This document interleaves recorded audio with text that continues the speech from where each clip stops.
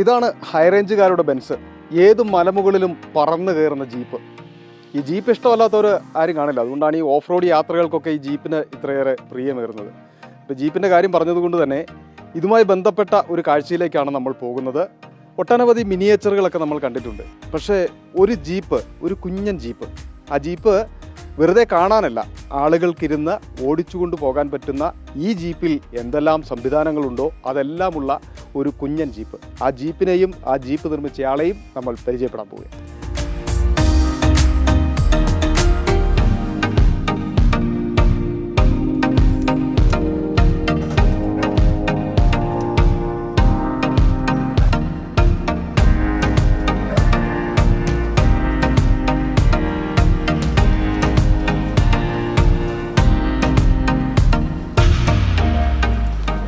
അപ്പോൾ ഇതാണ് ആ കുഞ്ഞൻ ജീപ്പ്. നമ്മൾ പറഞ്ഞു കഴിഞ്ഞപ്പോൾ ഇത്രയൊന്നും വിശ്വസിച്ചില്ല കേട്ടോ. ഇത് ഒരു ജീപ്പ് എങ്ങനെയാണോ ഒരു കുഞ്ഞു ജീപ്പ്, അത്രേ ഉള്ളൂ. ഒരു വ്യത്യാസവും ഇല്ല.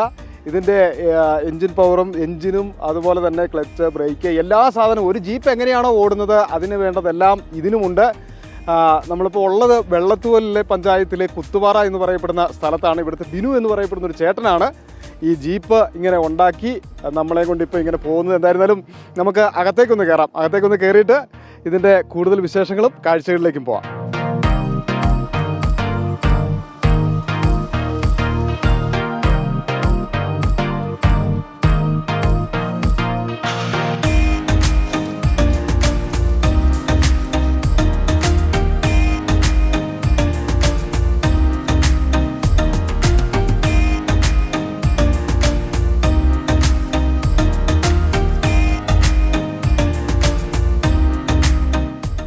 രണ്ടു പേർക്ക് സുഖമായിട്ടിരിക്കാം. ഒരു കാറിനകത്തൊക്കെ ജീപ്പിനകത്തിരിക്കുന്ന അതേ ഫീല്. ജീപ്പിൻ്റെ അകം എങ്ങനെയാണോ ഒരു വ്യത്യാസവും ഇല്ല. മഹേന്ദ്ര മേജർ ജീപ്പ് അല്ലേ? അതെ, മേജർ ജീപ്പാണ്, മിനി മേജർ ജീപ്പ്. എത്ര നാളുകൊണ്ടാണ് ഇത് നിർമ്മിച്ചത്? ഇത് നമുക്ക് ഏകദേശം ഒരു 8-9 മാസത്തോളമൊക്കെ എടുത്ത് ചെയ്യാനായിട്ട്. ഇതെന്താ ഇങ്ങനെ ഒരു ജീപ്പ് നിർമ്മിക്കണം തോന്നാൻ കാരണം? ജീപ്പിനോട് ഒരു ആഗ്രഹമാണല്ലോ എല്ലാവർക്കും. അതുകൊണ്ട് തന്നെ ഇവിടെ എല്ലാം മൊത്തം ജീപ്പാണ്. നമ്മുടെ ചെറുപ്പം തൊട്ട് ജീപ്പാണ് പഠിച്ചതും അല്ല. ജീപ്പിനോട് ഭയങ്കര ക്രൈസാണ്. അപ്പം അതുകൊണ്ട് തന്നെ ജീപ്പ് പറഞ്ഞാൽ ഇലക്ട്രിക്കിൻ്റെ ഒരെണ്ണം ഉണ്ടാക്കാമെന്ന് തീരുമാനിച്ചു. അങ്ങനെ ഒരു ഇലക്ട്രിക് വണ്ടി ഉണ്ടാക്കി, 4 വീൽ ഡ്രൈവ് ആയിട്ടുണ്ടാക്കി. എത്ര പേർക്ക് യാത്ര ചെയ്യാം? ഇതിൻ്റെ അകത്ത് 4 പേർക്ക് ഇരിക്കാം. ശരിക്കും 4 പേർക്ക് ഇരിക്കാം. ഒത്തിരി പേരെ വെച്ച് നല്ല കയറ്റമൊക്കെ കയറ്റി നോക്കി, നല്ല പവറും കാര്യങ്ങളെല്ലാം ഉണ്ട്. വണ്ടി കുഴപ്പമില്ലെന്ന് തോന്നുന്നു. ഇതിൻ്റെ അകത്ത് ജീപ്പിനുള്ള സെയിം എല്ലാ പരിപാടികളും ചെയ്തിട്ടുണ്ട്. അതിൻ്റെ open type glass, 4 wheel drive, meter എല്ലാം വർക്കിംഗ് ആണ്. ക്ലച്ച് ആമ്പിൾ ആഡ് ചെയ്തിട്ടുണ്ട്. ഈ ഇലക്ട്രിക് വണ്ടിക്ക് ക്ലച്ചിൻ്റെ ആവശ്യമില്ല. മുന്നോട്ടും പുറകോട്ടും എടുക്കാവുന്ന ആ ഒരു ഇത് മതിയില്ല. നമ്മളിതിൻ്റെ അകത്ത് ക്ലച്ച് എല്ലാം ആഡ് ചെയ്തിട്ടുണ്ട്.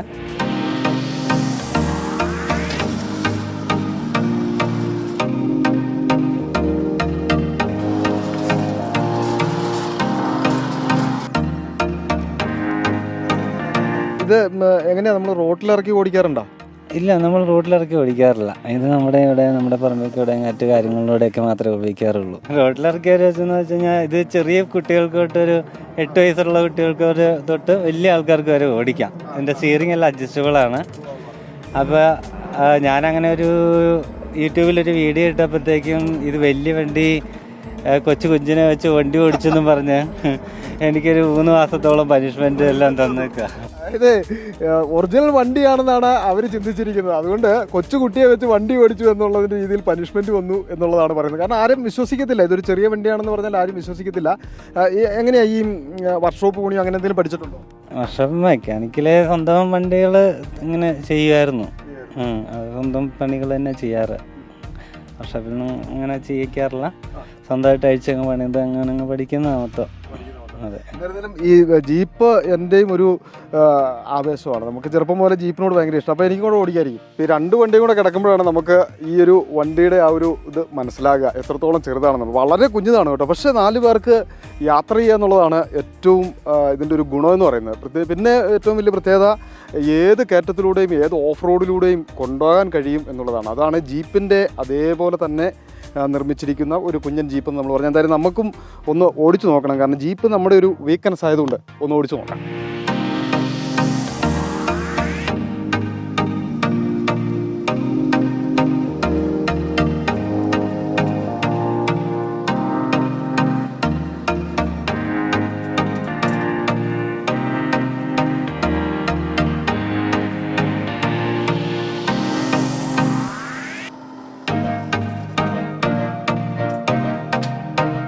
എന്തായിരുന്നാലും ഗംഭീര യാത്രയാട്ടോ, പറയാതിരിക്കാൻ പറ്റത്തില്ല.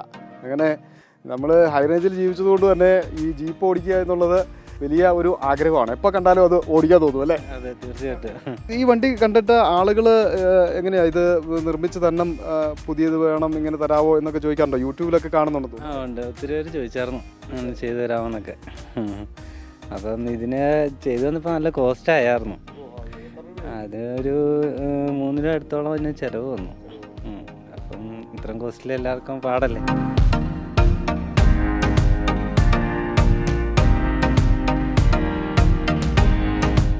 എന്തായിരുന്നാലും ഈ മിനിയേച്ചർ നമ്മുടെ ഈ വീട്ടുമുറ്റത്തുണ്ട്. ആർക്ക് വേണമെങ്കിലും എപ്പോൾ വേണമെങ്കിലും ഇവിടെ വരാം, കാണാം, ആസ്വദിക്കാം. ഒപ്പം വേണമെങ്കിലും ഒന്ന് ഓടിച്ചു നോക്കാം അല്ലേ? തീർച്ചയായിട്ടും.